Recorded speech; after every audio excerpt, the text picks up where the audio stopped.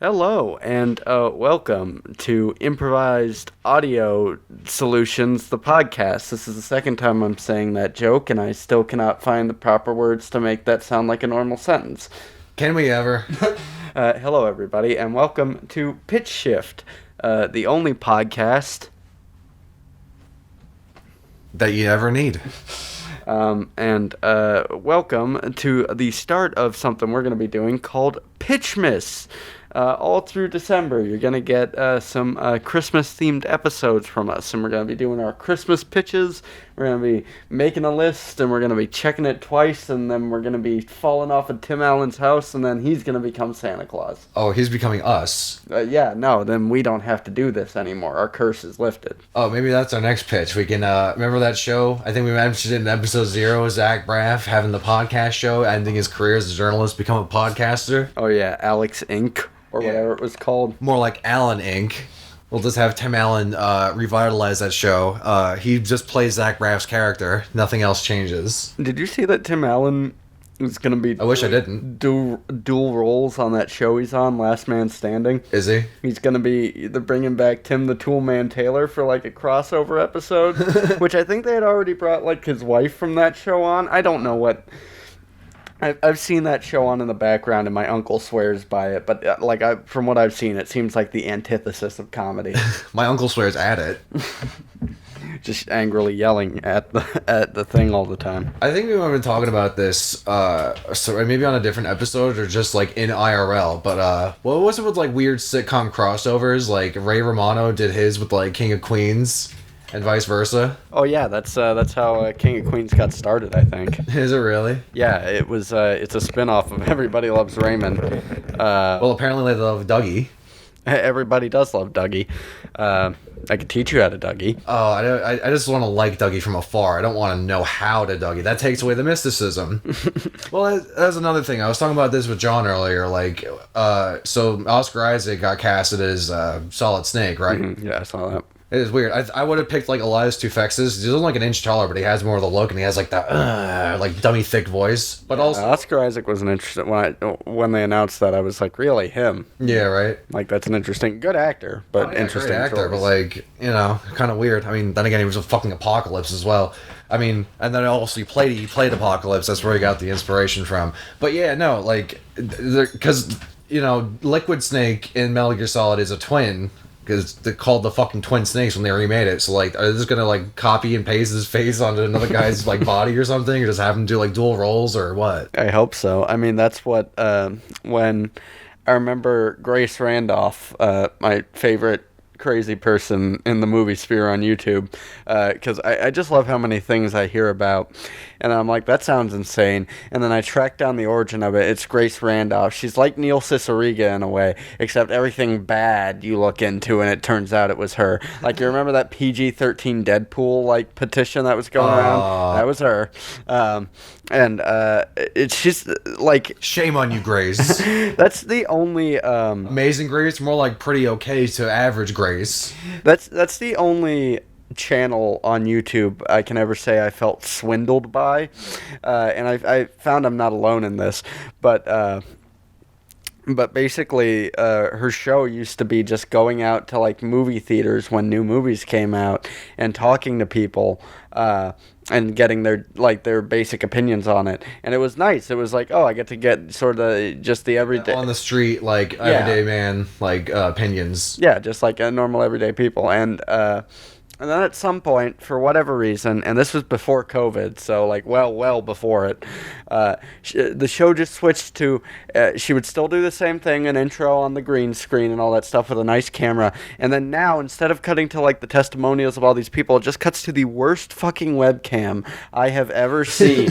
Just like the worst footage possible. It just looks like she's just like somewhere hiding in a Russian mountain, and she just gives her takes on the movie, and she's a nut job. job. Like, she just, for whatever reason, she just really hates Jessica Chastain and, like, just goes off on rants on her all the time. And I think we've talked about this before, but Grace Randolph, like, you can find videos of just compiled of just her just going off on Jessica Chastain for literally anything she can find.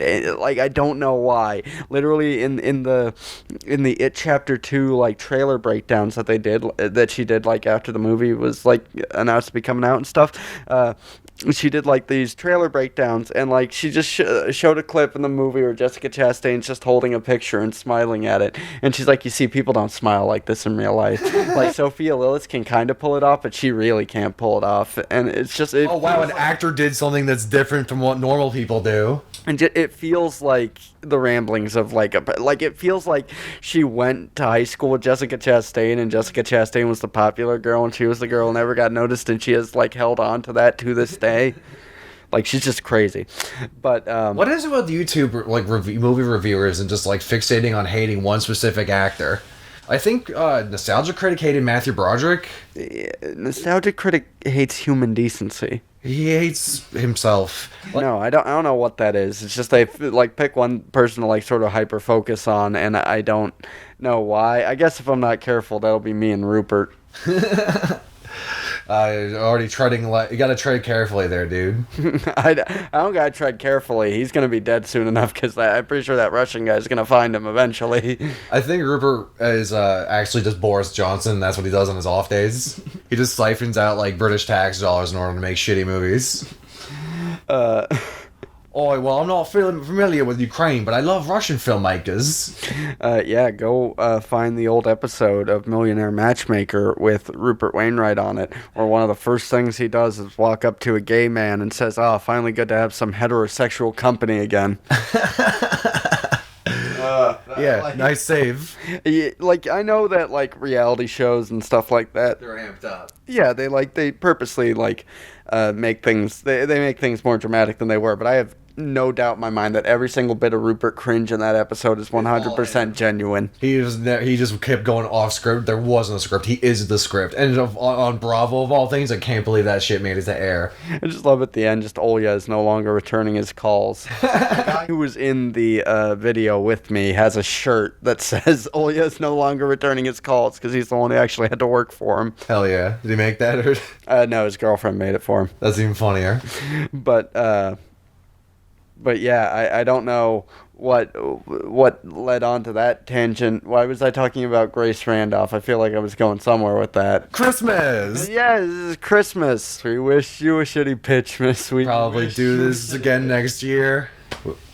No, we got it. We'll probably be dead by next year. We're the best Christmas carolers. We just show up and sort of awkwardly ramble. Carolers encouraged. Like, we have a sign outside of our collective house that says caroling encouraged, and then, like, the carolers come by and just us just drunkenly rambling, and then we get stabbed. So do you want to tell people what we are going to be pitching today, and also tell me what we are going to be pitching today, because I just kind of got caught up in setting everything up for our first time filming in this location, and I did not think of what we were doing.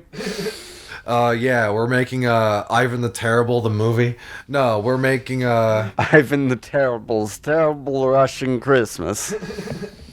Well, I had it in my messenger, but I lost it. But I'm getting it again. So you guys have seen everyone's favorite Christian Mel Gibson, right? And his work. I just tried to type in Mel Gibson into the search bar. Oh no, you're gonna be taken to some dark places then. I'm the one to fill his dark soul with light. So everyone grew up with VeggieTales, or if you didn't, then you probably have, absorbed it through osmosis, or maybe you went to, like, that shitty Walmart haircut place and they just had VeggieTales just playing on a loop all day. They never rewound the tape. I never figured out how they got it to play. Maybe there was a built-in DVD player to the TV, but it had a VHS tape player plugged into the TV as well somehow. I don't know how they did it. We live in a time of great innovation in 2004. I thought you were going to say, now everybody's grown up with Mel Gibson. Oh yeah, I always wanted to meet Melly. So we were just bullshitting in our chat about a pedophile security guard named Dave Matthews. Oh, my mom used to just send me off to just wander around by that man. I guess I was an ugly kid. In the school or just in general? Yes. Like she just like had a tracking chip on him, not even on you? I specifically had to be around him at all time. No, that wasn't. Like that one thing. It wasn't on Comedy Central where it's like the pedophile like they saw like a close up picture of a kid's butthole. It's like arousal like 33% and like parentheses negligible. Yeah, I forget what that was, but I do remember that.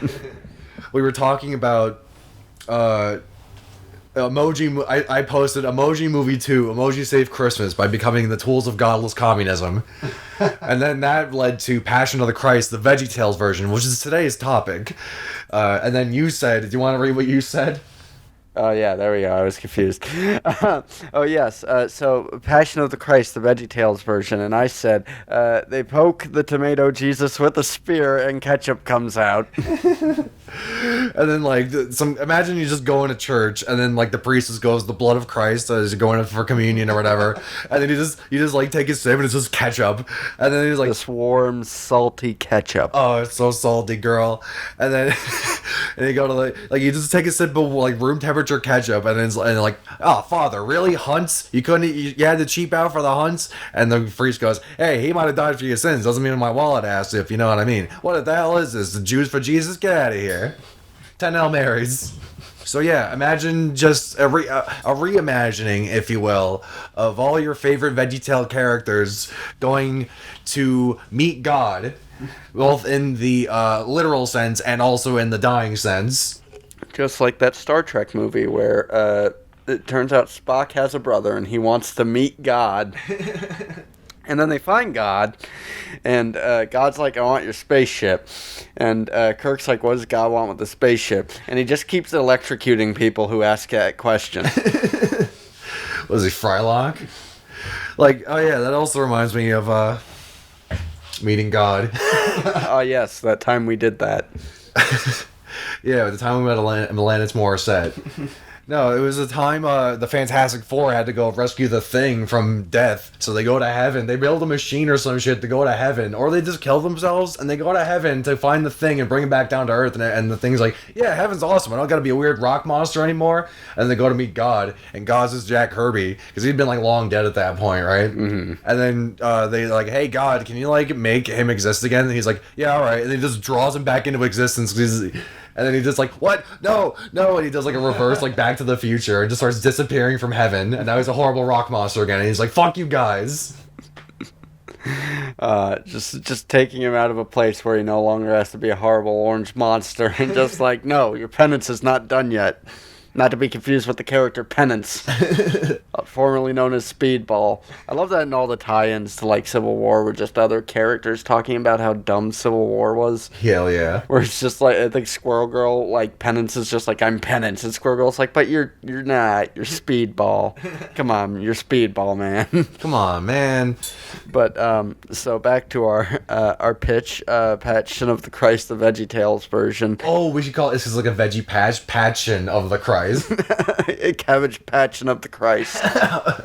So it's like a crossover between Cabbage Patch Kids and VeggieTales. Yeah, we'll get them in there, and all the Cabbage Patch Kids will be played by Egoraptor's wife. And then that's going to lead into a Garbage Pail Kids movie. That's going to lead into Wario eating spicy curry and getting obliterated while she's in the next room trying to shoot a video.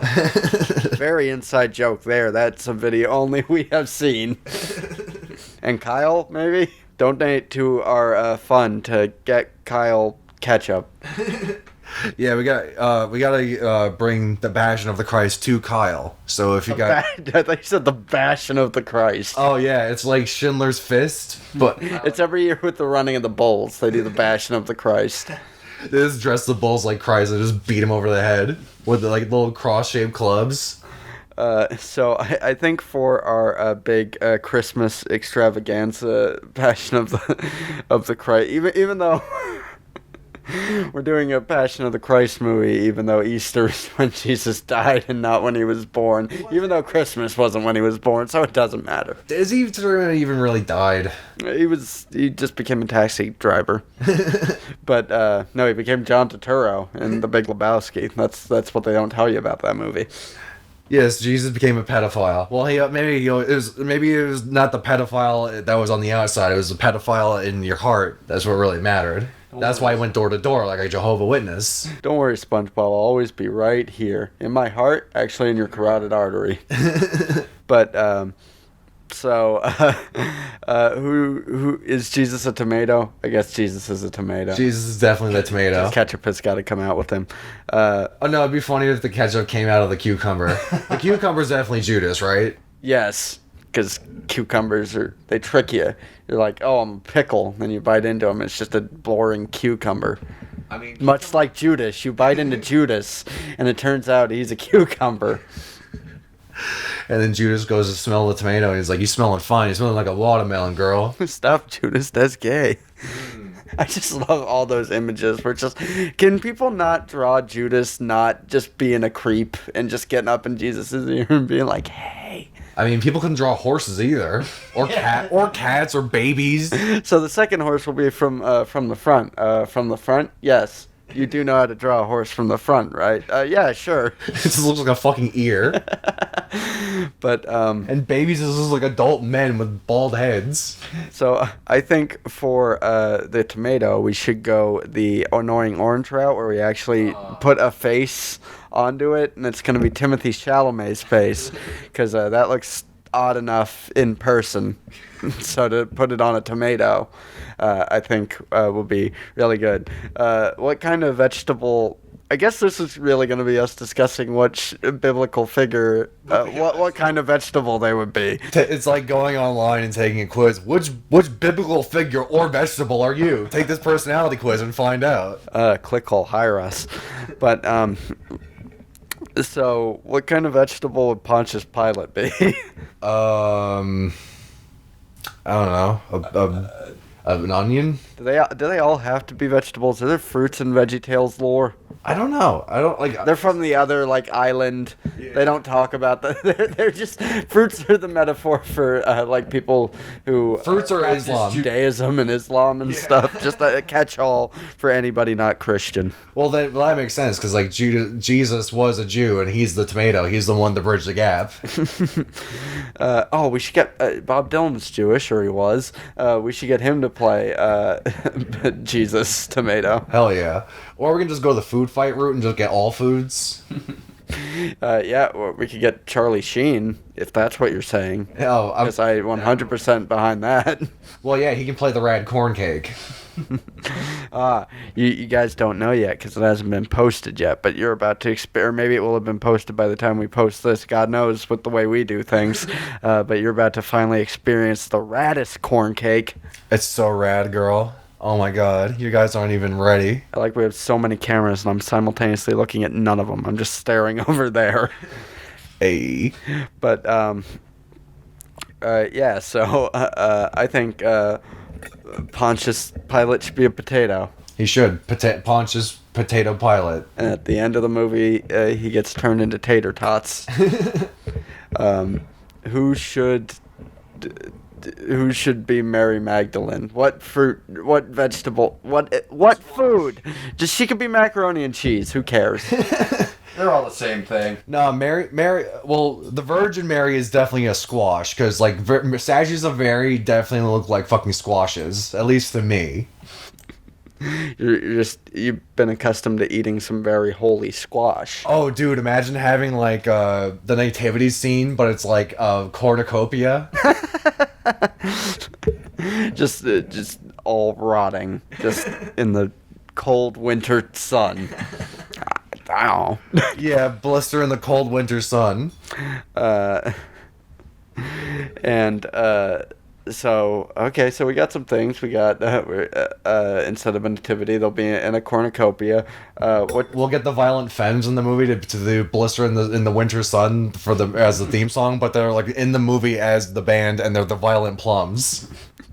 This is basically just becoming a remake of the movie Kingpin, but you just sub out Jesus for bowling and Violent Femmes for Blues Traveler. Hell yeah. We'll have like Jesus is like Woody Harrelson's character, but instead of dying for your sins, his hand gets cut off, and he's the one oh no, he's Judas. No, Bill Murray's Judas, and he's like rolling the ball, and the ball's representing Jesus, and the other guys are the apostles. A very Kingpin Christmas.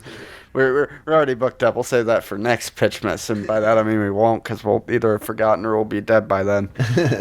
Or a very Kingsmas. A very Kingsmas. We'll have a Kingsman and Kingpin crossover.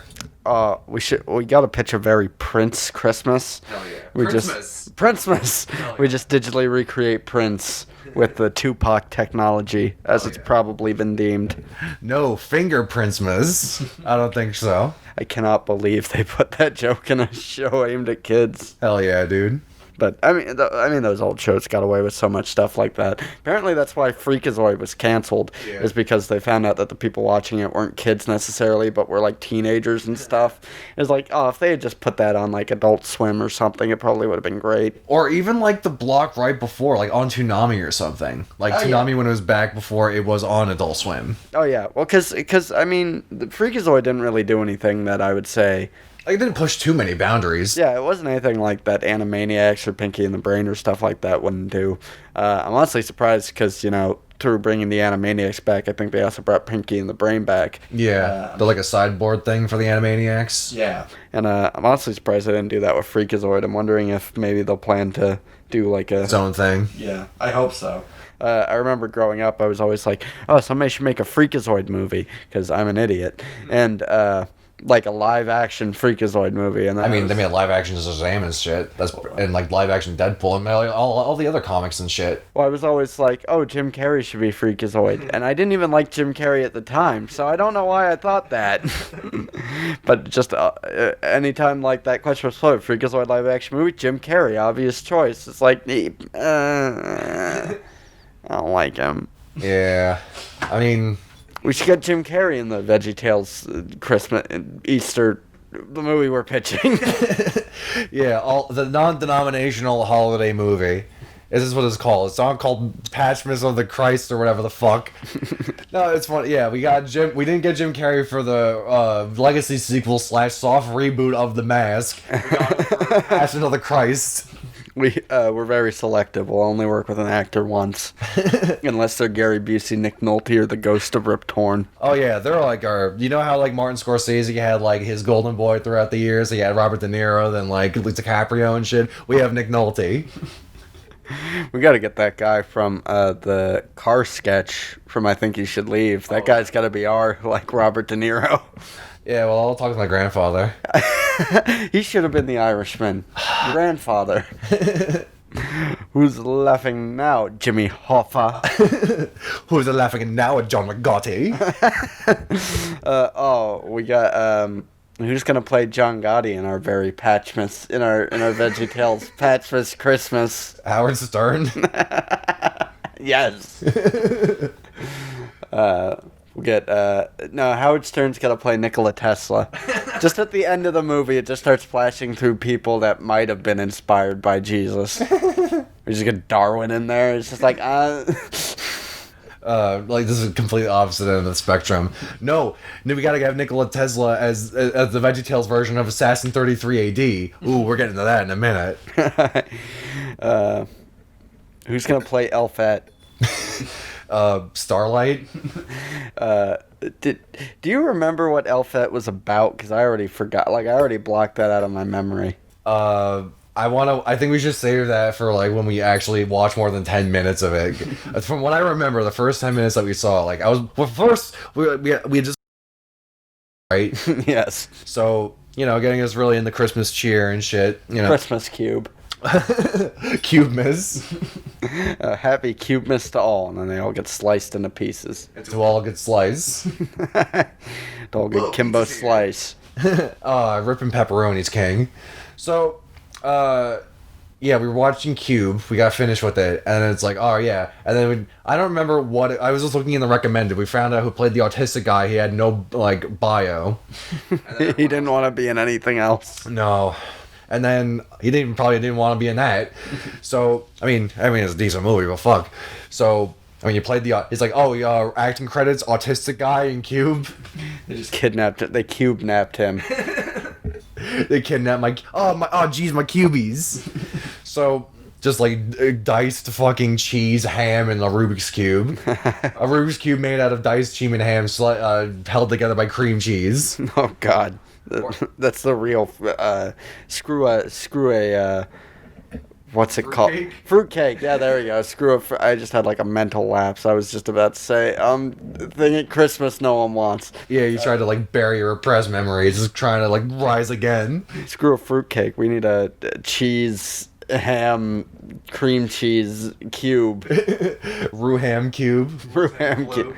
Phoenix cube.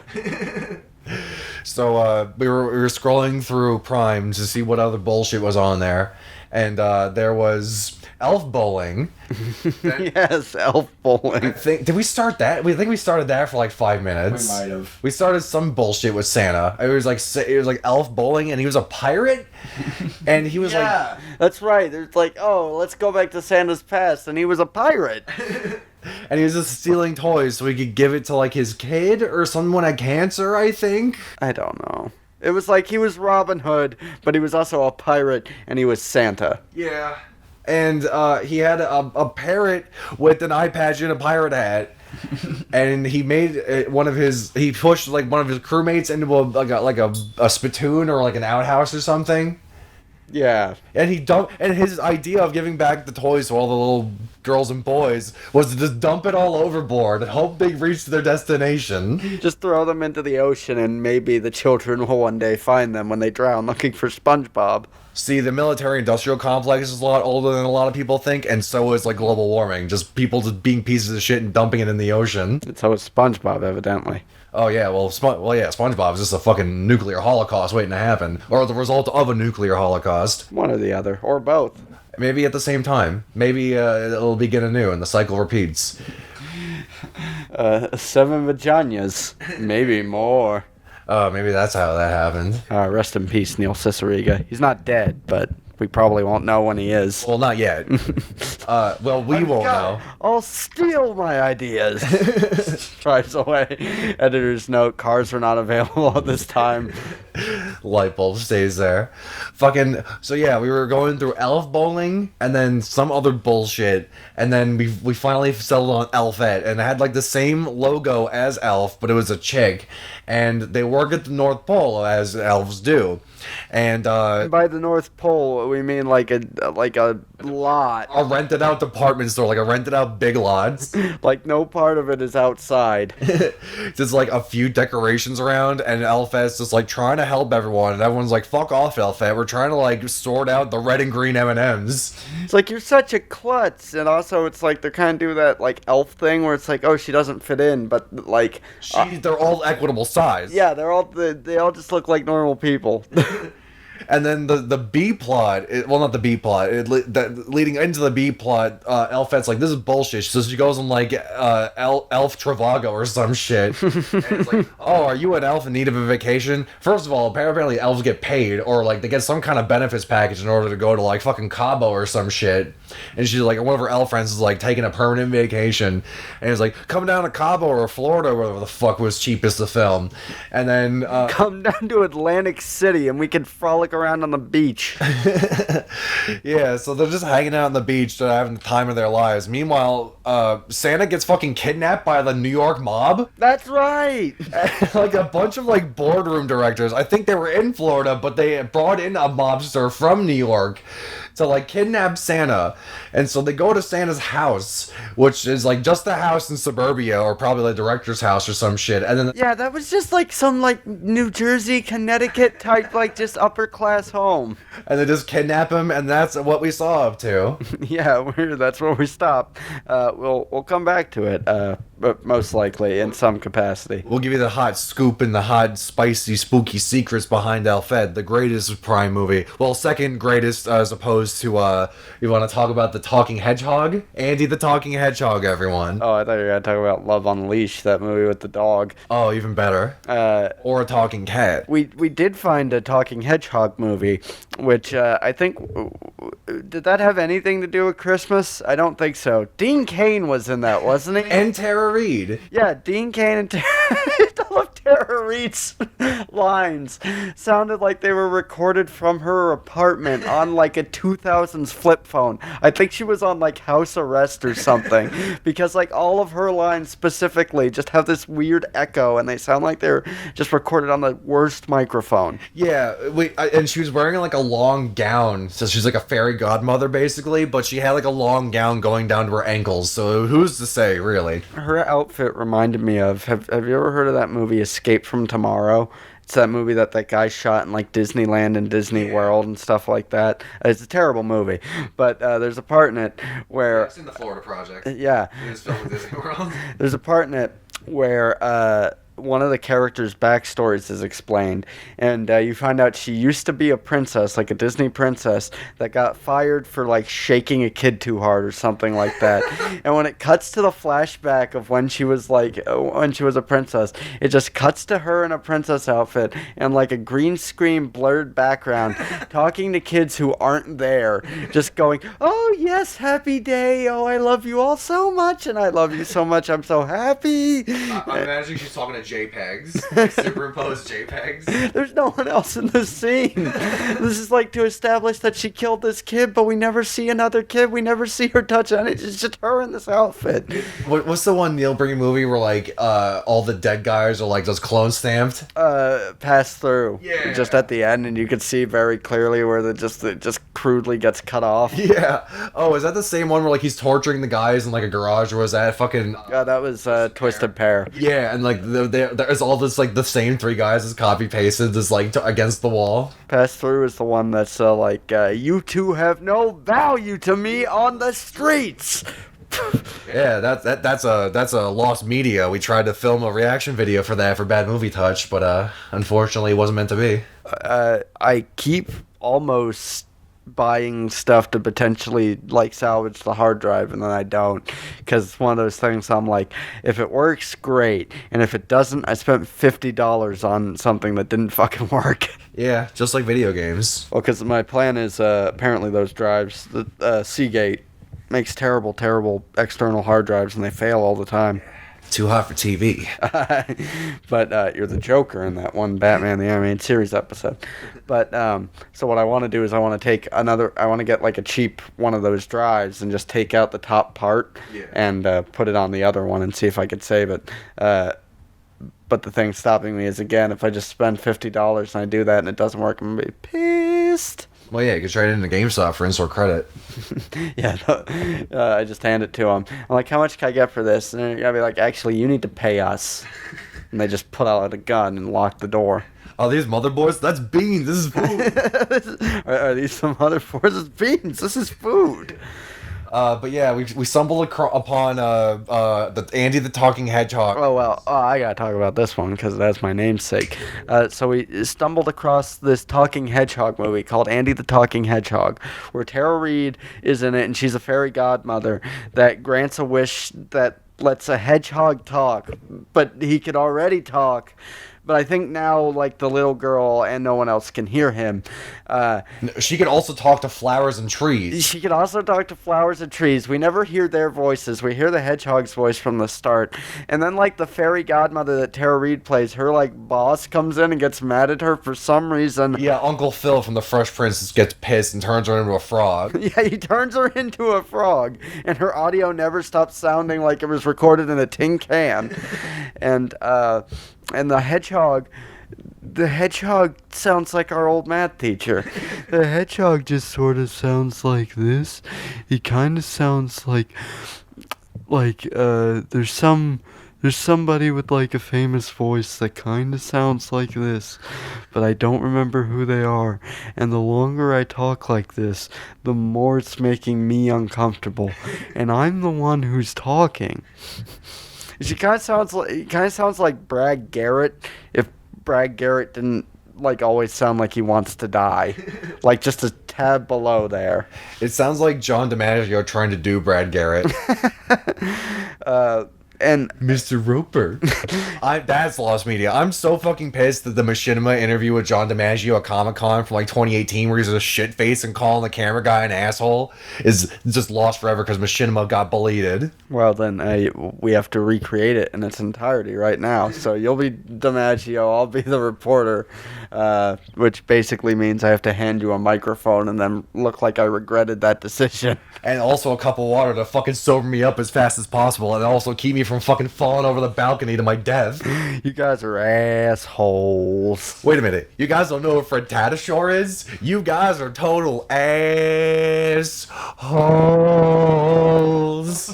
Solid block. And then he starts beatboxing and saying, Machinima.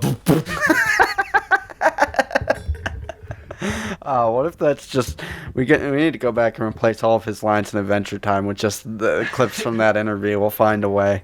I mean, probably Wayback Machine, right? Yeah, sometimes it does save videos. Just depends on when it was like when the picture or when the thing was taken. You know what it also saved? It saved Andy the Talking Hedgehog. Yes. Because it's all available for free on YouTube. It is. Much like the movie Silence of the Heart, the American classic, which in the process of making the first episode of fuck. I intentionally made it hard to say, too. In the first episode of Shift Show, I had to download Silence of the Heart, and I realized that the part where the kid drives off the cliff is like an hour into that movie. Is it really? It feels like it happens within the first 10. That man, Ari Aster owes it all to that. Oh god, Ari Aster should remake Silence of the Heart.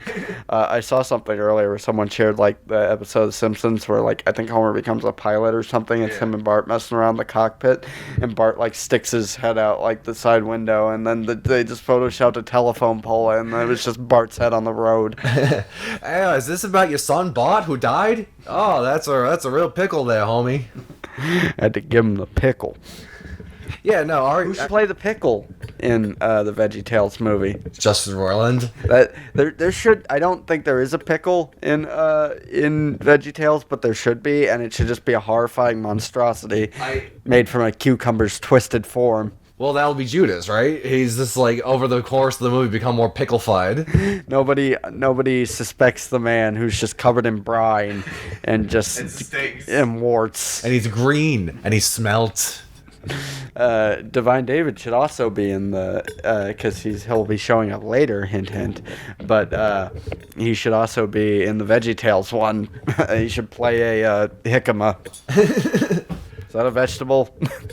Well, yeah, he's here to tell everyone that an anagram of Santa is Satan, and that if you rearrange the claws, you get Lucas. George Lucas is Santa confirmed. I've never seen him in the same room together. It must be true. I've seen him in that mall food court where he just looks depressed and he's eating his like tray of food with a Diet Coke. And he's just filming a salad unboxing video with shaky hands and crying.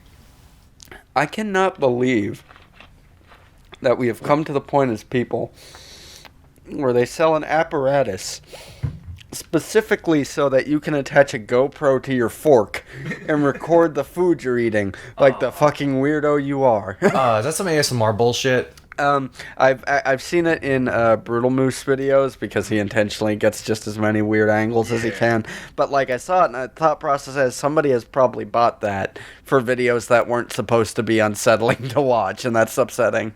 Were they? I think it was just straight up either like vor fetish or like ASMR shit. Or it's to record them the struggles of feeding their child so they could show them when they're an adult. See, this is you. Or maybe it was meant to be like a colon camera, and the guy who made the colon camera for like colonoscopies was like, hey, I'm onto something here. I can go in the other hole too. And it was supposed to be a Coen camera, and then no matter what, it would just always show you where the Coen brothers were. Like a camera, it shows you where things are, right?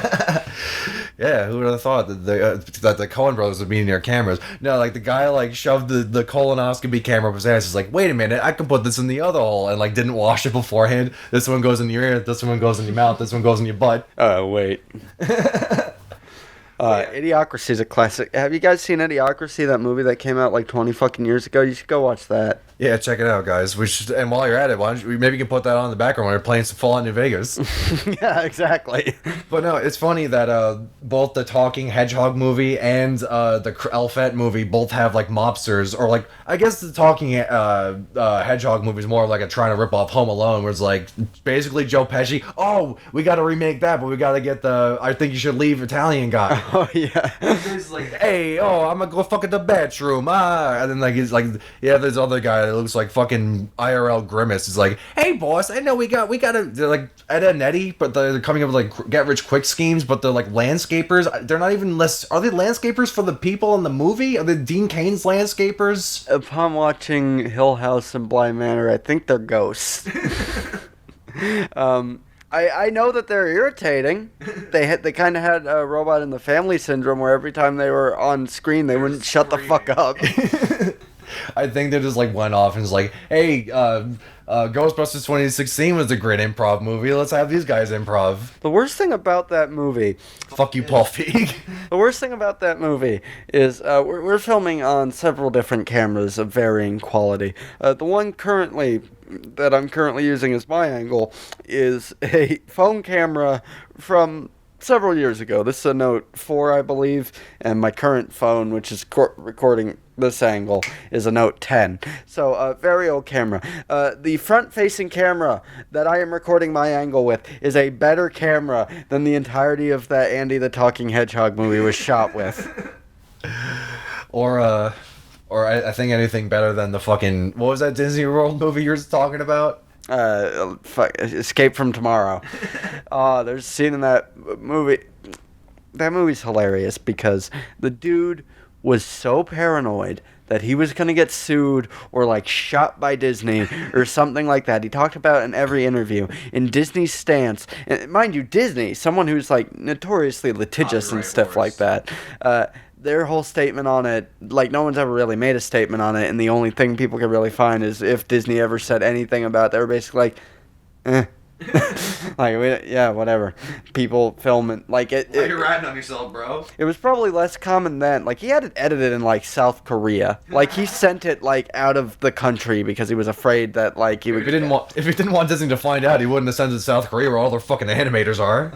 Well, the thing that's funny about it is he, like, in every interview he talks about, it's like, oh, I thought they were going to, like, shut down, like, the projector and, like, people were going to come in.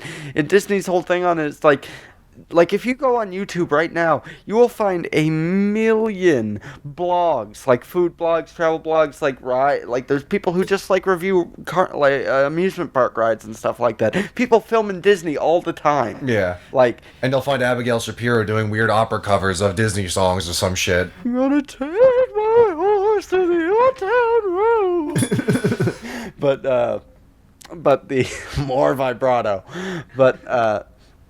But dude was just uber paranoid for no reason.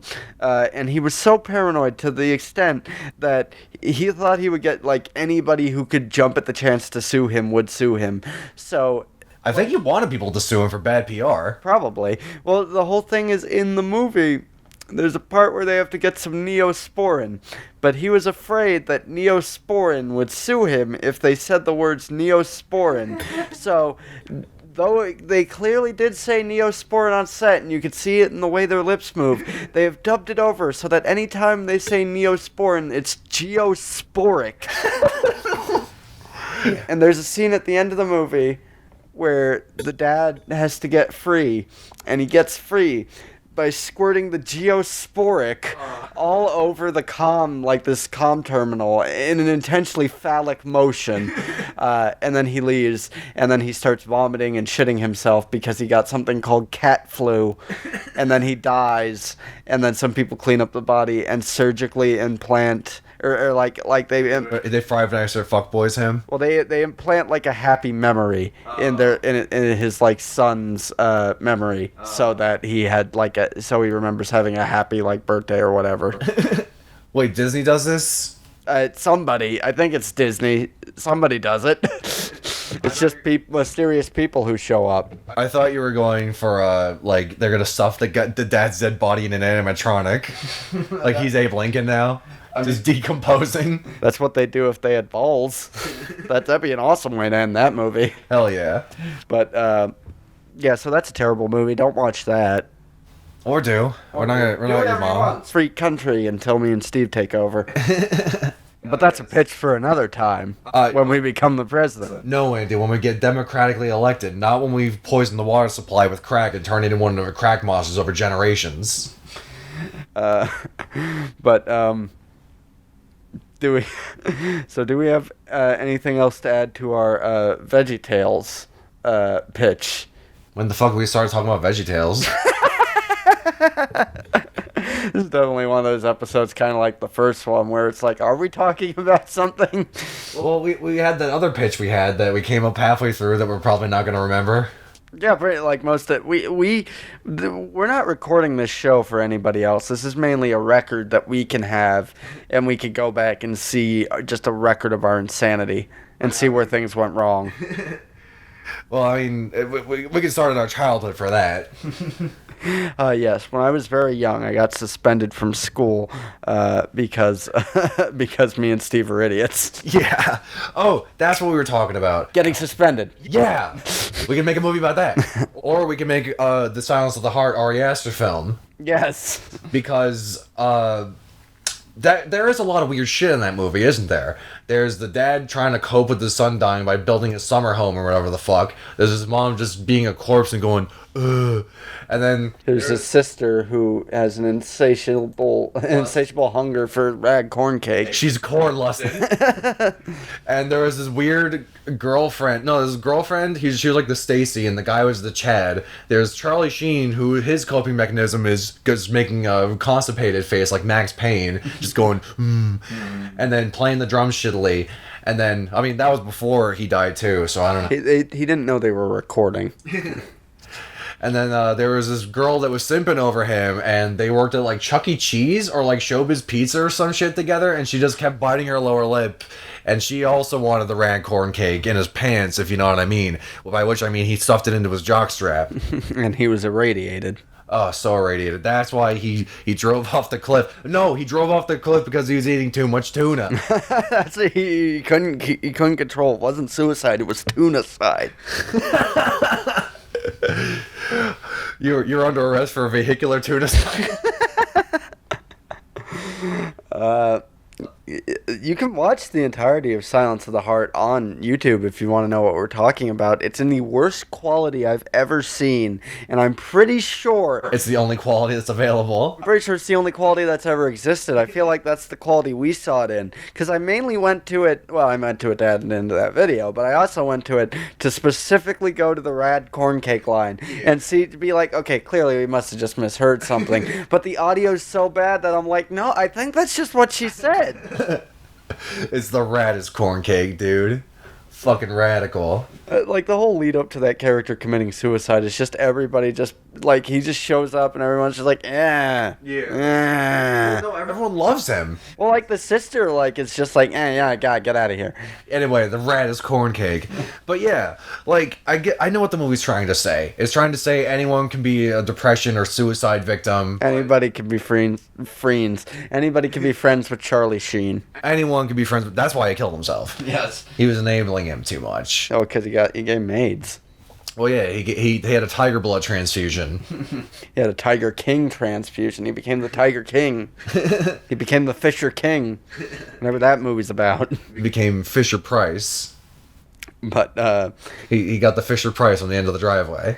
Yeah, which end we'll never know. But yeah, it's just this weird movie about this kid killing himself because he has to go through the tragedy of knowing Charlie Sheen, and they would show it to us in health class. Yeah. And me and Steve would make fun of it. We would. And we still do. And we still do. But that was also all these years later, we're successful. Yeah, dude. Fucking, we're finally making our big break. It's just shit talking Charlie Sheen. Somebody had to. Were you also in the health class? I think we had it senior year. Where you definitely saw that with me, right? The how do I tell if I'm really in love with fucking Ted Danson? Yeah. Ted Danson's losing his mind, just going, oh, do you love me? Do you love me? Oh, you're playing your love games with me. And he's like reading from he's reading from a list of people to kill. He did that because he had to make up for community service. Was the community service when he did blackface at the Whoopi Goldberg roast? Yes. That video we were watching from Ordinary Things where he said he had more blackface than Justin Trudeau's Facebook account or something like that. Yeah, welcome to Game Grumps where we got Magruba and more blackface. But Feels Blackman, our own original character that an animation teacher once asked me, what is that a picture of in your 3D model of a room? And I said it's Black John Goodman. Yeah, it feels black, man. And Jack Black, the Jack really black. Black Black playing blackjack with a blackjack. And introducing Jack White. Didn't recently Jack White and Jack Black play have a song together or something so they could be like Jack Gray? Yeah. And I saw some people saying it's I wonder if maybe now the White Stripes will get back together and play a song with the Black Keys, and it's doubtful. Yeah, they fucking hate each other. I don't think they do anymore. No. But still getting to the point of your kid can't go to this school because my kid goes here. I don't think there's any coming back from that. Then there's that guy from the Shins who tried to copyright a name because they named their kid it or something, and they wanted to make their kid. They basically wanted to engineer their kid to be an influencer, and they're Elon Musk. Yeah, and somebody already had that Instagram handle or something like that, so they were suing to make them get rid of it or something like that. It was just something that when I saw it, it was just this long thing on Tumblr, and then the person's just yeah. So anyway, I fucking hate indie rock. And that sucks because I like the Shins. They're one of the few bands that I like. I think I'm just one short of owning all their albums and stuff. I'm also up that with Queens. Nice. I still need Songs for the Deaf because their most popular album's the hardest one to find for a decent price. Although I think their first one I don't think you can find on record at all. There was this one band whose name eludes me, but they named their album U2, and they named all their songs off of, they just copied U2 songs, and then they made different music and lyrics for it and shit. But then they got rewarded by having their idols U2 sue them. You sue them. Sue too. Sue too. But Sue. One of my favorite things that a band's ever done is the band Joywave. Kanye, for the longest time, I think Life of Pablo, people didn't know what it was going to be called and stuff like that, and he kept changing the title and the release date and stuff like that. And so at one point it was going to be called something, and then he changed what it was going to be called. So Joywave released an EP that was called that, and then it was just 10 copies of the same song, just some had the intro and some didn't, and that was the only difference between them. And they just released this for shits and giggles, and I fucking love that. Hell yeah. And apparently people did get mad. Some people downloaded it. I thought Kanye had released his thing. What, are you getting it off of LimeWire? Yeah, they're all just they're downloading their movie directly off YouTube downloader, mp3.com. Yeah, YouTube to mp3.com. Blu-ray _720p_. I love going on to YouTube downloaders, which could for the videos and stuff I often have to, but it's great going on there. It's please, they just have all these warnings. Please do not use this to download music. Please don't. You might find some songs that got through that you could get through, but please don't. Please stop. They keep taking us down, guys. There's only a few of us left. Don't do it. And then I do it anyway. Yeah, it's just some guy, a little animated, two Bonzi buddy just shaking his butt. It's please don't, whatever you do, please don't download music, whatever you do. We're sorry. But, actually, honestly, you want to know what I use? It's a paid program. PayPal? Yes, I just PayPal somebody in Russia to download me a bunch of songs. No, you PayPal someone in Russia to pay for WinRAR. there's a program called like Slidify, I think, which just lets you download directly from Spotify. I'm like, oh, let's just cut out the middleman there. Nice. And Yeah, I was so pissed when like it couldn't actually download shit from Spotify. You download like a copy to play it offline. It's bullshit. that's what pisses me off about the like YouTube app is there's been plenty of times where I'm like, oh, like I wanted to download one of my older videos and maybe chop it up for social or something like that, and like you can't. You can do it like if you can log into your like YouTube account from a computer and download them just like normally. Yeah. But if you do it on your phone, it saves them to the app. It's like, oh, you want to watch this later? It's like I don't fucking want to watch my own video later. I don't want to watch it ever. I want to download it so I can chop it up and then stop thinking about it for a while. Yeah, that's fucking bullshit. I remember like maybe remember the Tester season 3. Yes, where are the video games? Where were the video games? I can't breathe. Billy the Beast. Billy. Shout outs to Holden McClure. So anyway, That's to Ego Raptor. shout out, yeah, who Sony kept using his namesake for even after he got sacked. The first fucking or second episode in. I remember when that happened because I didn't watch the show or know what it was. I just knew Ego Raptor was on a show, and I think you were the one who was just like, yeah, there's no point watching it. He got sacked like immediately. Yeah, like second episode, it was like some fucking like. He got sacked for some bullshit reason too. Like the one like guest judge, like sacked him because he's like, "Why weren't you helping people shoot the watermelons?" He's like, "I didn't think I had to." The guest judge was John Tron. Basically, no, the guest judge was Susie. I mean, she was on like every other fucking episode. So. Yeah, The Tester was a show where people got to, like, become a fucking QA rep for fucking Santa Monica Studios or some shit. And they got a bunch of weirdos. Like, they got some normies and they got some weirdos to be on the show. Like, my favorite guy. Welcome to The Tester podcast. Yeah. Hey, if we don't talk about it, nobody will. You remember it, so you don't straff to. So I'm having a stroke. I don't get it. So... The Tester was a game/reality show. It's basically Big Brother, but with video games. But except there wasn't no video games. So a bunch of weird. There was Billy the Beast. Some normies and some weirdos got to live in a Big Brother house, and then with the promise of becoming like some like entry level position in like Sony Santa Monica Studios or some shit, right? A lot of alliteration in that sentence.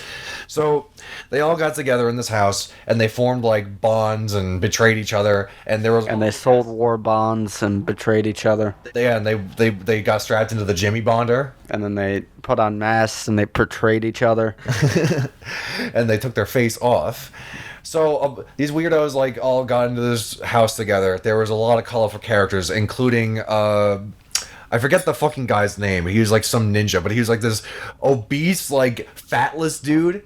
He was like a total weeaboo. He was like, his hairline started at the back of his skull, but he had like a weird skullet, and he had glasses, and like, he was like, he talked like, he had like a fucking urban accent. Like he talked in Ebonics and shit, but he was a white guy. He's like, yeah, man, I'm ready to like bit his spaghetti. Know what I'm saying? There's a bunch of cuties in this house. So I love them little Asian girls and shit, man. And then like they put... okay, so the weird of like Sky Diddy, the other fucking weirdo, another crowd favorite, who's like this barber guy, and he always wore a trilby or a fedora, and he's a fucking weirdo, and he was like the weirdest guy, probably the stupidest guy, but he was like, what are video games? Like he's like, am I on the wrong show? Did I get in like the wrong van? And it's like, this cannot be, and like. They'll like the van just shows up and you just assume that's the van you're supposed to get into. Yeah, they were supposed to go to the actual Tester, and this is a different reality show. I'm supposed to be on a show, or I'm easy to kidnap. And this is just a big tax write-off, and I'm in a cult. It's like, hey, is this where the cult is? No, this is where you can free your money. Yeah, this is it. We're not a cult. We're just the people that follow Elon Musk around and defend everything he does. Yep, this is a cult. So, the only time they ever played video games, everyone was fucking terrible at the actual video games. They did not make for exciting TV. They were either playing Street Fighter Cross Tekken and mashing buttons and barely like getting a win because of timeout. and they were like fucking popping off, and then one guy was like, "Yeah, what, son?" And then they played like Twisted Metal and kept fucking dying. I don't think anyone ever actually won any of the fucking head-to-head video game shit. But then they did a bunch of stupid shit, like they went outside and like drove around. That's stupid enough as is. Just going outside. They're all gamers. They're gonna catch on fire. Yeah, for more than 15 minutes, start bursting into fucking flames like a goddamn vampire. It's that scene in Blade where just all the skeleton creatures just start crawling out of mouths. And the other vampires just wear like full bodysuits or some shit. So like they had to put together like Twisted Metal cars dressed like clowns, which is very befitting. And then and like the one chick was like obviously very well versed with the hammer, because like if you look at the footage closely, you can see her missing the hammer like 10 times in a row, like missing the nail with the hammer 10 times in a row. And then the Ego Raptor goes on, and him and his family or tribe or gang or whatever the fuck you want to call them. You and your family. Welcome to Olive Garden. How many in your family or tribe or gang? Yeah, Olive Garden. When you're here, you're a gang. When you're here, you're Bloods. Yeah, Olive Garden is like the Continental for Ego Raptor and his street gang. Well, do you think in the John Wick universe there's an assassin only Olive Garden? Definitely. You just walk in and you're just like, fine pasta today. Yes, and then they bring you somebody to shoot, and that's how you pay for your pasta. And you can't order. There's an old Italian man in the back who just looks you down when you come in, and he figures out what you're gonna eat that night. It's all part of their old-timey assassin lore. I almost called them vampires. John Wick would be so much cooler if they were vampires. Yeah, we got to introduce our Fright Night 2 New Blood John Wick crossover. Fright Night, New Wick.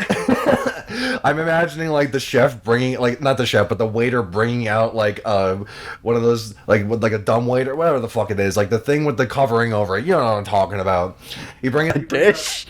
Yeah, he brings out the dish fucking cover on it, like, you know, but they push it on. Yeah, it's like a dummy card or something. Yeah, like a dumb waiter on wheels, and like he pushes it out, and then they have like the fucking dome over it. He pulls it out. It's just a fucking 45 on top of like Alfredo sauce and like spaghetti. It's just a buttery, slimy gun that you now have to use. Like pick up the gun. The other guy's just not even phased. Just like wipe it off, and like the gun's just jammed, and is like, all right, you're free to go. And he's like, can I at least finish my meal? And then like the chef goes over. He's like, sir, you legally cannot eat here. Here, we'll do a little something here. We'll call this a Pitchmas mini pitch, not exclusive to Pitchmas. We might just do this.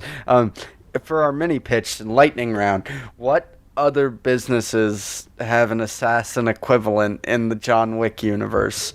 Like, what places can you walk into, say some incredibly cryptic shit, and they'll just hand you a gun when you're in times of need? An accounting office? Well, like, I imagine it's like, is there a pharmacy that you just walk up to and they're loaded. Someone's like, suffering from allergies today? It's like, have a particular issue with pollen or some other coded bullshit, and they just put a bazooka on the table. We have the cure. Instead of like the grenade part of the RPG, like they just have a big fucking pill. It's time for the pill. Oh, I hate the pill. It's a suppository. But isn't that a Futurama joke? Where they just put a giant pill. It's just like, I can't possibly swallow that. Then good news, it's a suppository. I don't know, mail delivery would probably be really easy to like move guns around, to like traffic guns. You just call the mailroom, be like, my package is 2 weeks late, and they say, we'll get that right up to you, and they put a bunch of grenades in an Easter basket and just send that up on on a balloon just to the higher floor. And it's not even like properly put in; it's like hastily taped together. They're like falling out of the pack. Just falling. The pins are getting caught on the bag, just exploding as they hit the ground. Oh, God. We should just do an entire podcast where every week we discuss a different business in the John Wick universe that you will just walk into and they'll give you a gun.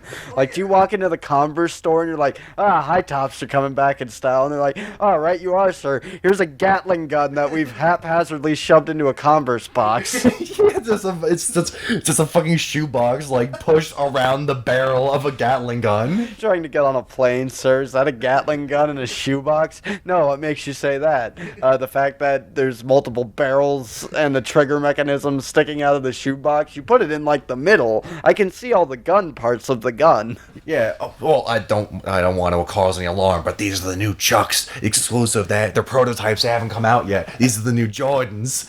Tiptoeing and like John Wick's new theme song is just him going through airport security, tiptoeing in my Jordans, lugging a fucking gun over his head.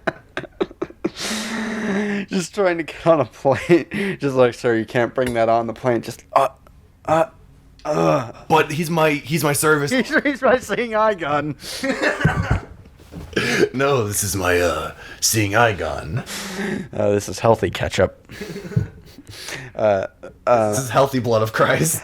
Yeah, to bring it all back around, because how long have we been talking about this?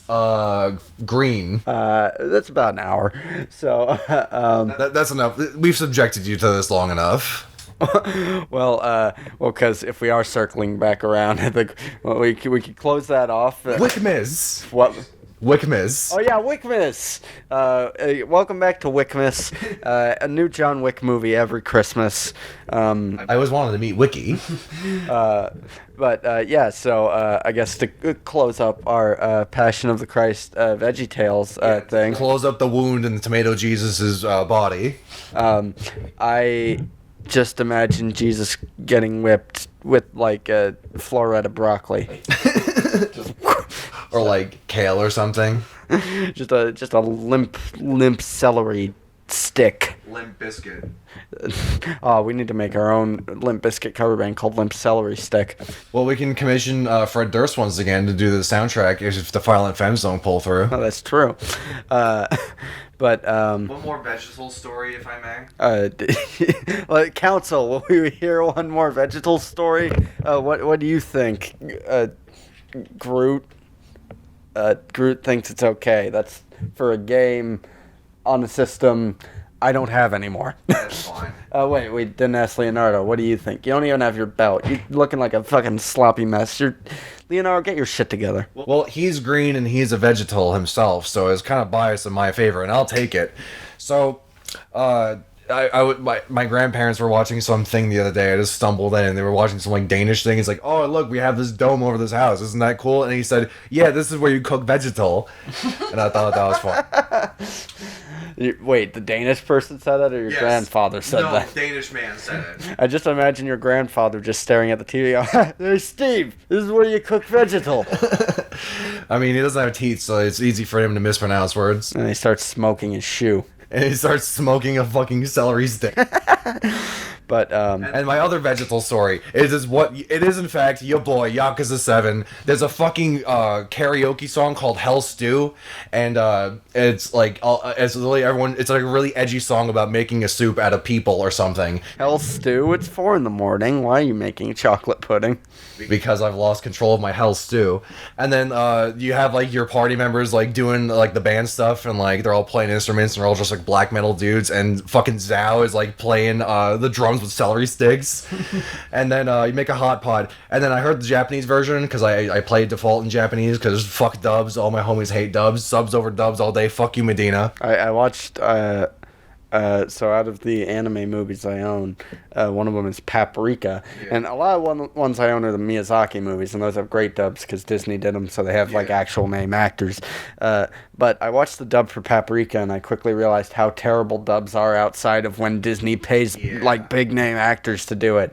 Because it's like most of the people in Paprika are pretty good, but the one guy who like becomes like a giant baby thing or something, he's just like, oh, Paprika, the perfect thing I need to finish my spice, and it's like.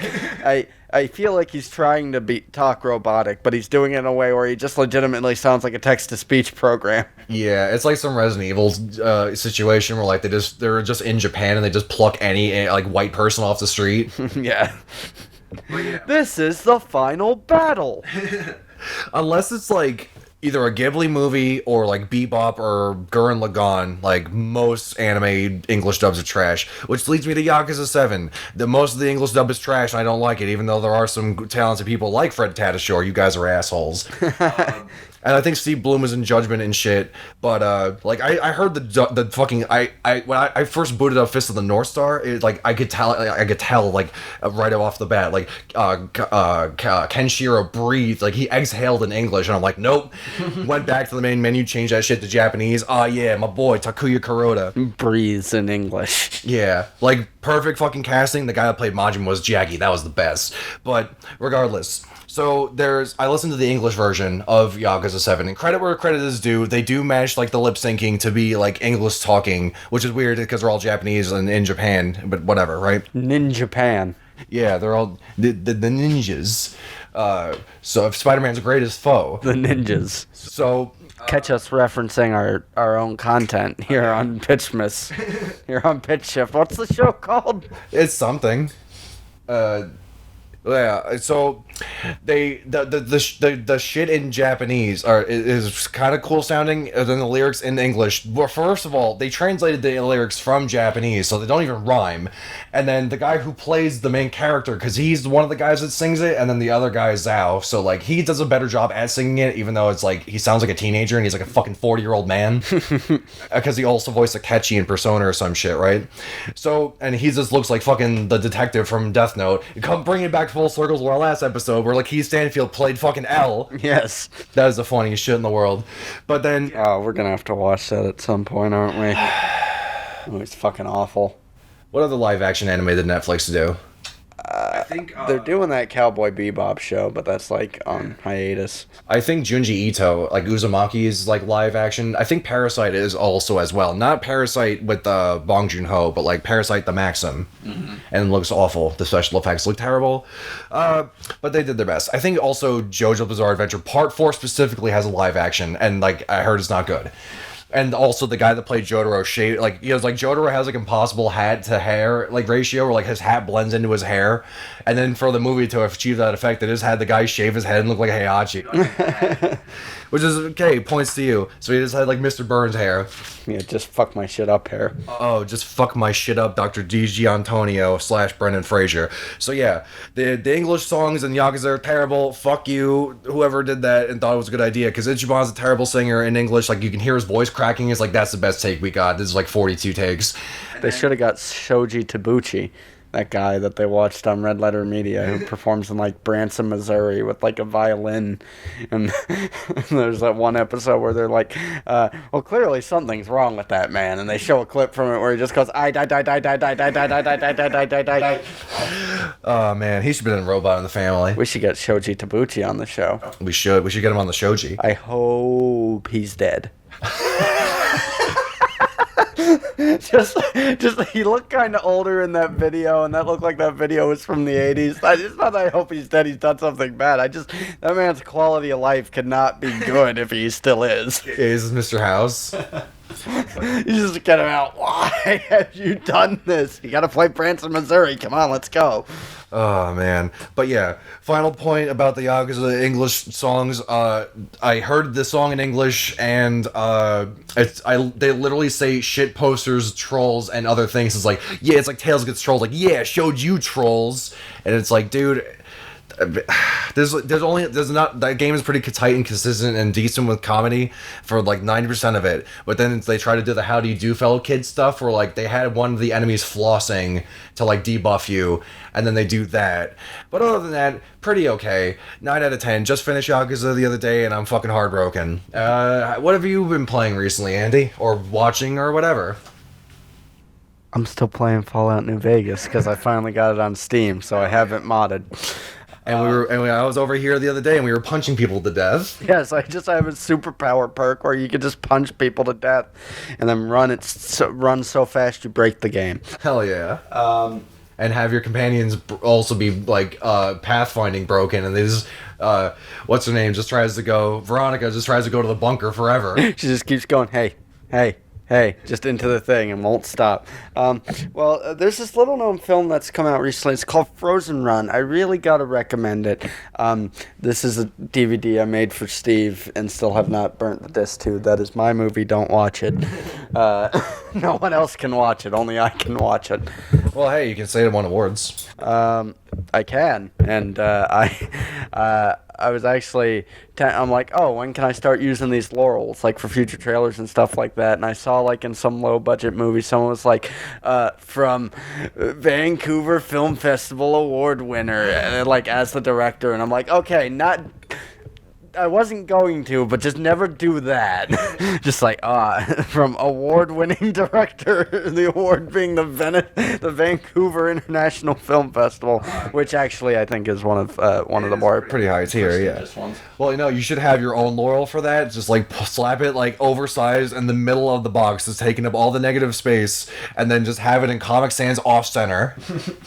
But in terms of things to watch, I recently started watching Ordinary Things channel, which Steve has seen some videos of. That guy makes pretty good videos. Yeah, it's pretty good. I'm still trying to finish Bly Manor, and it's the same goddamn thing that happened with Hill House, where it's like I saw like the first 2 episodes and went okay, and then came back to it like a year later. So maybe I'll finish it in like a year. I just watched the new Mandalorian. That's really good, actually. Nice. It took them 42 fucking years, but they finally showed Boba Fett doing something cool of note, rather than just being a dumbass and immediately flying into the first open mouth near him. Like, I have a Boba Fett toy up there, but it's one of those things where it's like, if people are over, you hide it. Well, it's like, yes, I just throw it out the window. Well, no, it's one of those things where it's like Boba Fett. He just went out. Boba Fett really must be one of the most amazingly designed characters of the 21st century, because even I know that he doesn't do jack fucking shit in the movies, and I still thought his design is cool enough that I bought that toy. Yeah. But yeah, they bring back Tamora Menacin, the guy who played Jango Fett in like the prequel movies. It's so weird watching if Kyle watches this episode, he won't like this part.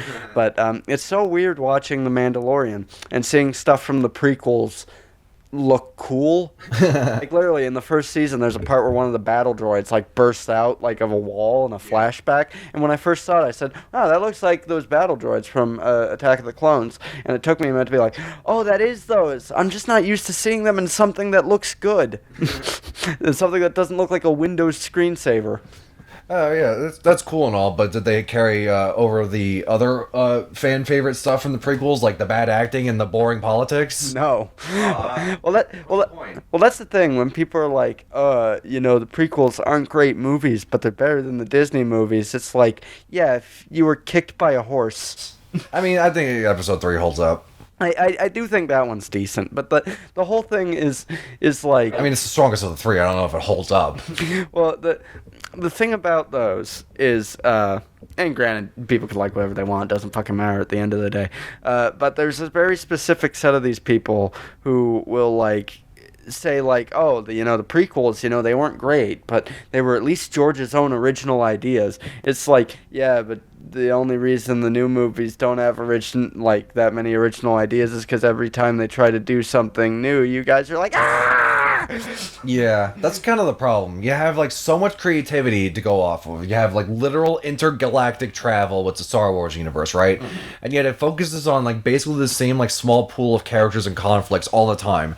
And not only that, but it's like, oh, these things are so good. It's like, yeah, if they're so good, why do they need so much fucking extended universe stuff to make it better? Like, they just have to retcon shit. Like, how many other shows and stuff have to show what happens in between the movies to make them better? Well, yeah, that's the thing, is there's just so many things that, like, I don't... Like, in a way, I'm glad that as they're doing this, they've done it as well as they did, like, making Boba Fett, like, an actual cool character who didn't die immediately. That's cool, and they do it well and stuff like that. And even bringing in stuff, like, I didn't really like Rebels. I mean, I haven't seen much of it, to be fair, but the animation just puts me off. I can't really get into it. Like the art style. Yeah, it's interesting because it's made to look like Ralph McQuarrie's old concept art for the movies. Yeah. But the downfall of that is like that was concept art drawn by a guy with a very specific style. Yeah. So they all have like the thin lightsabers, which I'm not a fan of, and also everybody looks like two fridges taped together. Yeah, everyone's the like meat cube head. Well, they're just all rectangles, and I'm like, this looks cool when it's a hand painted thing, but when it's like this CG animation, it looks like stiff and weird. Yeah, didn't the Clone Wars show have like the Gennady Tarkovsky character designs? The first one did, and then the like 3D Clone Wars show kind of went with those designs, and I think they had some of the same actors. Yeah, and like that show, it started off not looking great, but eventually, like by the end of it, like the lighting and everything, it looked more cinematic than any of the prequels. I can't speak for like the other actors, but I'm pretty sure for like the 5-minute like Tarkovsky shorts, they had like Sam Jackson, and I think maybe even Ewan McGregor and Hayden Christensen for the voices. Mm-hmm. Oh, I think they even in the 3D Clone Wars had some of them like at the start. Like I think like Tim Curry was Palpatine at one point, like very briefly, but yeah, they've hopped all over the place. But but basically, yeah, when Last Jedi came out, and everybody was like a movie I enjoy, and when everybody was like, the like where are they gonna go from here? Like they can't go anywhere from like it's like it was like that was the last movie in the trilogy, and like when people like when I hear that I'm like I want to lose my mind because I'm like wait like, okay, so the old order's dead, like, we don't have this, like, emperor figure, like, there's, like, a new person in charge who is much more, like, young and unpredictable. We have, like, a person who is going on with, like, sort of, like, different, unique teachings on the Jedi than, like, anything we've seen before. They literally basically made it so that you could do whatever you want with it. Like, for the first time in forever, you could go in any direction you want with it. And then people were like, but, like, that was, like, the last movie. It's like it just closed everything off. It's like, like, do you just get sat in a room with, like, no enrichment? It's just, like, a chair in the middle of the room, and you go, this is great. My situation cannot be improved in the slightest in any way. Oh, safe and predictable things for emotional comfort. Well, that's the thing. It's like when, like, Rise of Skywalker came out, and just so much of it was trying to undo the last movie. It's like no matter what, that movie had more balls than The Rise of Skywalker, because like or dislike it stuff, they at least tried to do things, whereas Rise of Skywalker was just like, hey, that thing that had, that didn't, don't worry about it. Like, there's a line in that movie, because one of the things that so many people railed on with The Last Jedi that drives me insane is, like, there's an awesome fucking scene in it, one of the coolest scenes in Star Wars movies, where a, like, ship, like, light speed rams through an entire fleet, and then, we were all having fun. We were all enjoying the cool visual, and then people had to come and be like, why wouldn't they use that all the time? And us sensible adults are like, why wouldn't you use a kamikaze maneuver all the time? I don't know. Are you aware that that's a real thing, and there's a reason we don't do it all the time? Why does everyone just use nukes all the time? And then it's like, but you write it off. It's like clearly no sensible adult takes that. That's just some people being weird. And then in the fucking Rise of Skywalker, a character Do it again. A character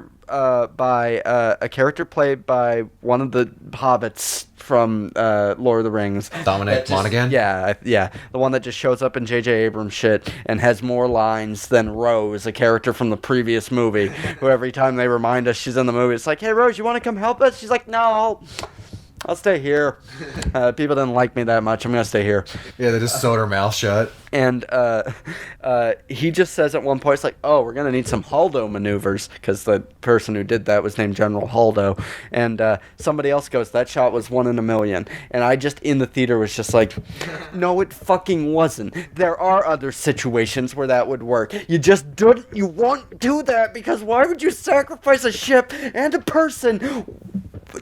Never go into, like, strategic planning. All these people would just be like, Tim, you just strap a bomb to yourself and just run straight at the enemy. And apparently this is a perfectly valid military strategy.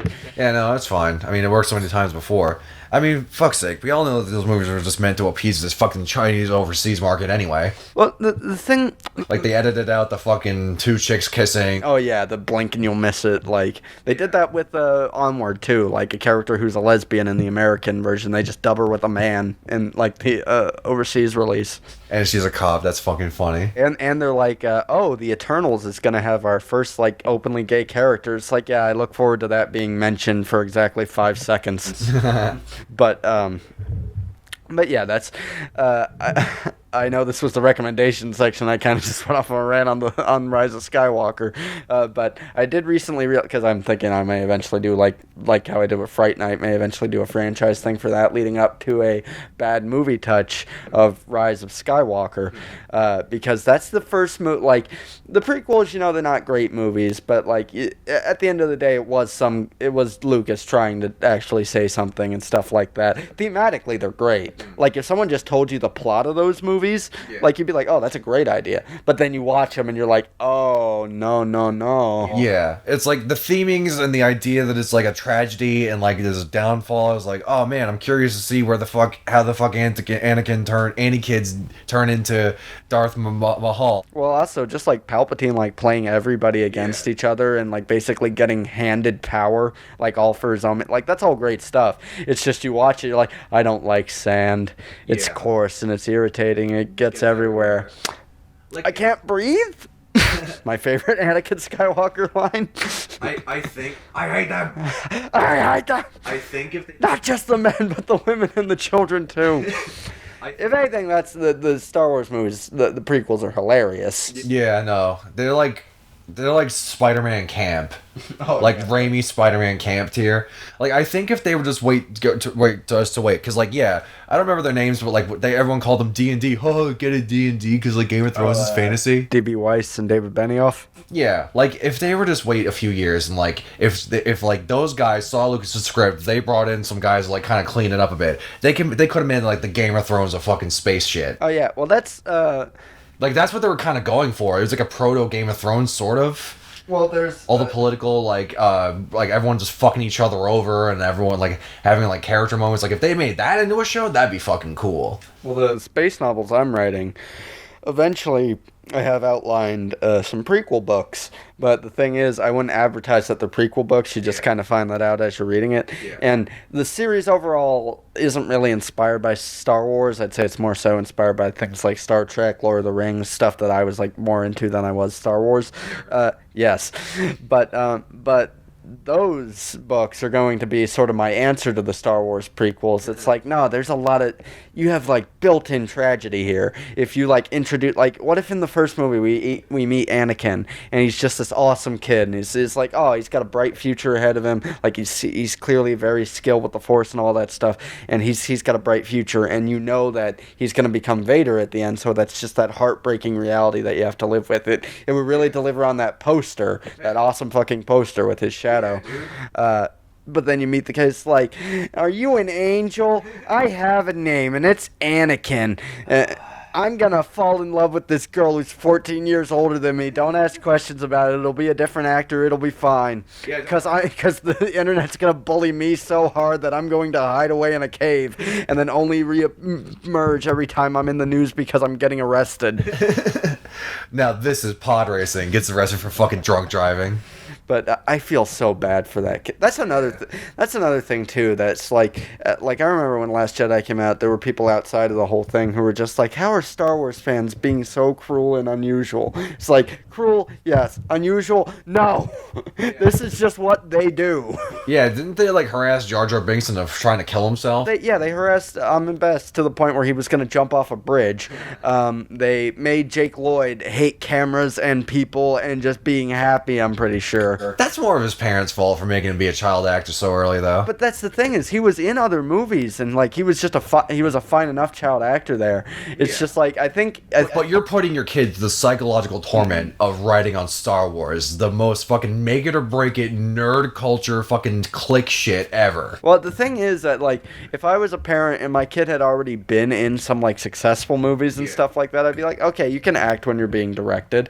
And it's like, oh, George Lucas, he made some of the most successful movies ever made. Clearly, he knows how to direct a human being and talk to them and not just be like, yeah, you're going to go and you're going to say it like this. And when you don't say it like that, we're going to keep restarting until you say it like that. And, this is how you work with actors. You just kind of keep saying that until they get what you want to say.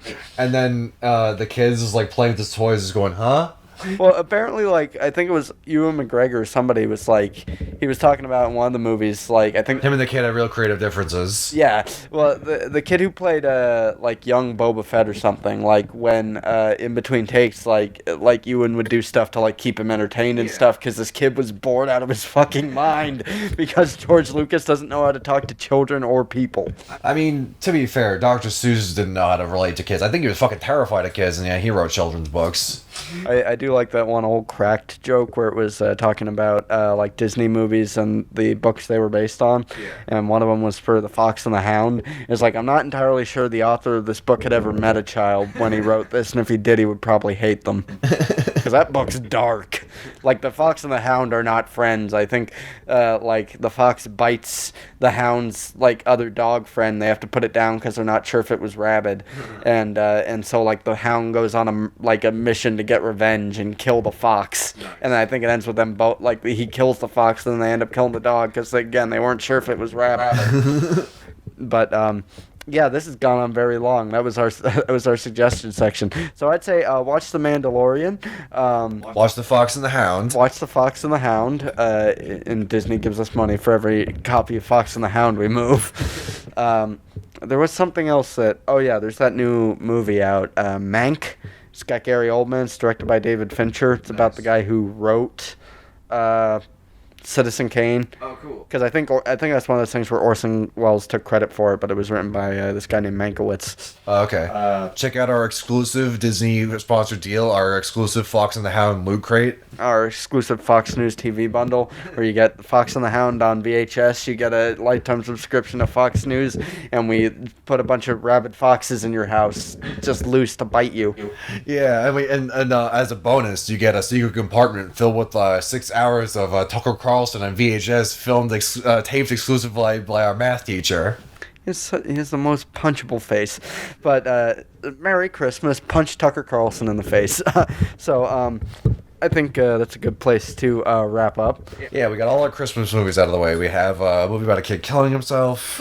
We have a horrible Jesus murder mystery. We're going to make another adaptation of that movie with Jared Leto, where he played the guy who shot John Lennon, and he got gout for the role, and nobody saw it. Yeah, Suicide Squad. Yeah. Suicide Squad. Oh, they should have called it that. Dumbass. But no, it's not a sequel.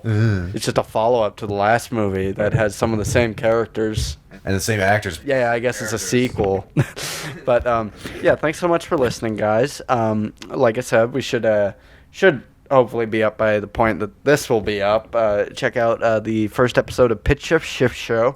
That's something that we're going to try and do more often, in addition to some videos on my channel.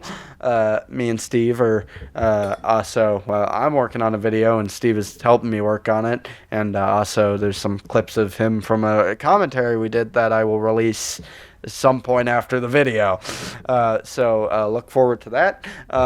And look forward to 3 more episodes of Pitchmas, or 2 episodes of Pitchmas and 1 episode of Pitchmas Hangover. Hell yeah. That I was waiting the whole episode for that to happen. Hell yeah. If something doesn't fuck up, then we're not doing our due diligence. So we've hit the leprosy part of the podcast. We've lost 1 camera. My microphone has fallen off the thing. So we're going to get out of here. Ooh, VeggieTales Ben-Hur. Oh, well, never mind. We're going to spend 3 more hours here. So, yeah, go rent VeggieTales Ben-Hur. Or rent that remake of Ben-Hur that came out a few years ago, because someone is like, you know what the audiences around the world today are really into? Ben-fucking-Hur. We'll get Toby Kebbell, that guy that seems to be in like one good movie for every 5 bad movies. Yeah, it's like Tobey Maguire. It's like, oh yeah, you could be in, I almost said Chronicle. Was he in Chronicle? I don't know if he was in Chronicle, but he was in Kong Skull Island. He played Kong as well as a guy who got murdered off screen. Nice. Or maybe murdered on screen, I don't remember. I think that's the curse of people that CGI play Kong, like Andy Serkis. Oh wait, that's right. He played Koba in Rise of the Planet of the Apes? Yeah. Or not in Rise, but in Dawn, and because somebody else played him in Rise. I still love that they got, like, Judy Greer is in, like, Dawn and War for the Planet of the Apes as Caesar's wife, and she doesn't get a fucking line. Yeah, she says nothing. They brought her in to just be a monkey. Yeah, she's exactly like that chick in Dark Place. Yeah, she is. She just became monkey. Where, yeah, Matt Berry is still a monkey surgeon. He's like, damn monkey hands, and then the other chick who drinks the green Nickelodeon slime turns into a full monkey, and that they build her a pen. She has a diaper. Go watch Garth Marenghi's Dark Place for like the 100th time, as we've said that. Okay, so thanks so much for checking out Pitch Shift. We will go. Thanks for listening on your audio platform of choice or watching on YouTube. Love your faces. Marry me. Love your faces. Just comb through the spaces. Thanks for watching, guys, or listening. We will see you in the next one.